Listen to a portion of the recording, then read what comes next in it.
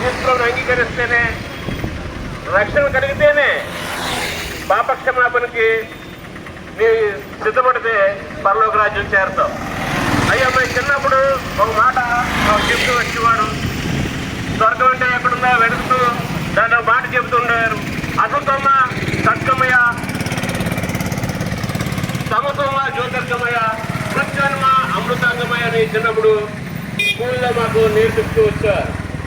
దాని అర్థం ఏంటంటే, మార్గము తెలియకుండా ఉన్నాను, సరైన మార్గం ఏంటో నాకు తెలియపరచు అనేసి, సత్యంలో లేకుండా అసత్యంలో నేను తిరుగుతున్నాను, సత్యం అంటే ఏంటనేది నాకు తెలియపరచమని, అలాగే మరణంలో ఉన్నాను, నాకు జీవం ఏంటనేది తెలియపరచమని భగవంతుని కోరుకునే పరిస్థితి.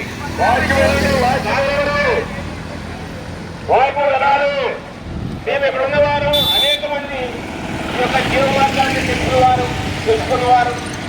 ఈ ప్రయత్నాలందరినీ మేము చేసి యేసు ప్రభువుని సొంత రక్షణగా అంగీకరించాం. కాబట్టి నా ప్రియమైన వాళ్ళారా, ఈ యొక్క సువార్తను మేము పొంది సంతోషంతో మా హృదయాలు నిండి పరలోక రాజ్యానికి చేరదామని నిశ్చయిత మేము కలిగి ఉన్నాం.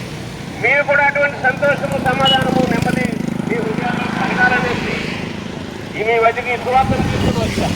యేసుక్రీస్తు వారు ప్రతి పాపి కొరకు ఆయన మరణించాడు, ఆయన సమాధి చేయబడ్డాడు, తిరిగి లేచి నీ కొరకు నా కొరకు రానై ఉన్నాడు. మన పాపం తీసివేసేసి ఆయన మనల్ని పరిశుద్ధులుగా చేస్తున్నాడు. ఎందుకంటే పరిశుద్ధత లేకుండా ఎవడు ప్రభువుని చూడలేడు. అందుకనే మనకి ఏం కావాలంటే హృదయ శుద్ధి కావాలి. ఈ లోకంలో యేసుక్రీస్తు వారు జీవించిన కాలంలో కూడా హృదయ శుద్ధి గలవాడు ధన్యుడు, వాడు దేవుని చూస్తాడని. కనీసం దేవుని చూడాలంటేనే మన హృదయంలో శుద్ధత్వం ఉండాలి. అపవిత్రతో ఉంటే మనం దేవుణ్ణి చూడలేము, దేవుని దగ్గర చేరలేము. కాబట్టి నీ యొక్క హృదయం ఏ విధంగా ఉంది, నీ శరీరము, నీ యొక్క ప్రాణము ఈ లోకంలో విడిచిపెట్టేస్తావు. ప్రాణం పోయినట్లే నీ శరీరాన్ని తీసుకెళ్లి కొంతమంది దహనం చేస్తారు, కొంతమంది భూమిలో పాతి పెడతారు. కానీ నువ్వు దేవుడిని గ్రహించిన ఆత్మ మాత్రం దేవుని దగ్గరికి వెళ్తారు. నువ్వు యేసు ప్రభువుని అంగీకరిస్తే అది దేవుని దగ్గర పరలోక రాజ్యంలో నిశ్చత్వంలో ఉంటుంది. లేని పక్షంలో ఏమవుతుందంటే నిత్య నరకానికి వెళ్ళిపోతుంది. ఇది నియమింపబడిన నియమం. కాబట్టి దాన్ని ఎందరు అంగీకరిస్తారో వారందరికీ తన కుమారులయ్యే అధికారాన్ని, తన కుమార్తెలయ్యే అధికారాన్ని దేవుడు అనుగ్రహించాడు. కాబట్టి ఈనాడే నువ్వు అంగీకరించు, ఈ ప్రభువైన యేసుక్రీస్తునందు విశ్వాసం ఉంచు. అప్పుడు నీవును నీ ఇంటి వారిని రక్షణ పొందుతారు. ఇదే రక్షణ దినం, ఇదే అనుకూల సమయం.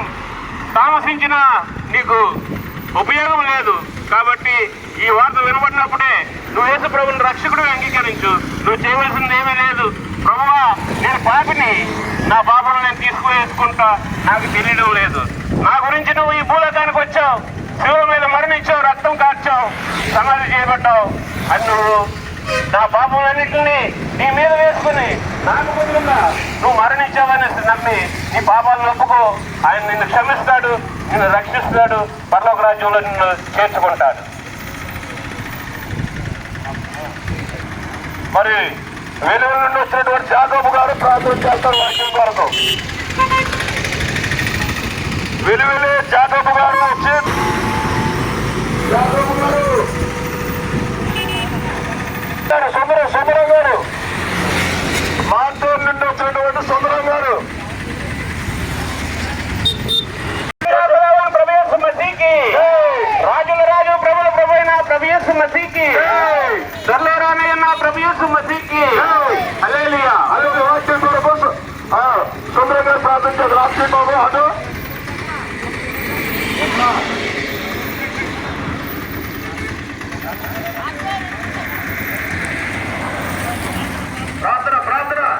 ప్రేమ నమ్మకం పరలోకం తండ్రి, నన్ను మిగిలిగా ప్రేమించిన నా ప్రియ ప్రభు ఎంతవరకు సురక్షితంగా ఉంచి దాన్ని బట్టి వందనములు. అవును ప్రభు. నా ప్రభు, నీ ప్రియులను ఎండలో కూడా నా ప్రభు ఈ విధంగా నీ స్వార్థను ప్రకటించిన కొరకై మీరు ఏర్పాటు చేస్తున్న దాన్ని బట్టి వందనాలు చెల్లిస్తున్నాం. నా ప్రభు, ఇది అనేక మందికి నా ప్రభు ఎంతో వెలుగు మార్గాన్ని చూపించేదిగా, నిజమైనటువంటి దేవుని మార్గం ఏంటో తెలుసుకునేదిగా సహాయం చేస్తున్నామని నా ప్రియ రక్షకుడు యేసు పరిశుద్ధ నామములో అతి వినంత బ్రతుకులు వేడుకుంటున్నాం తండ్రి. ఆమేన్.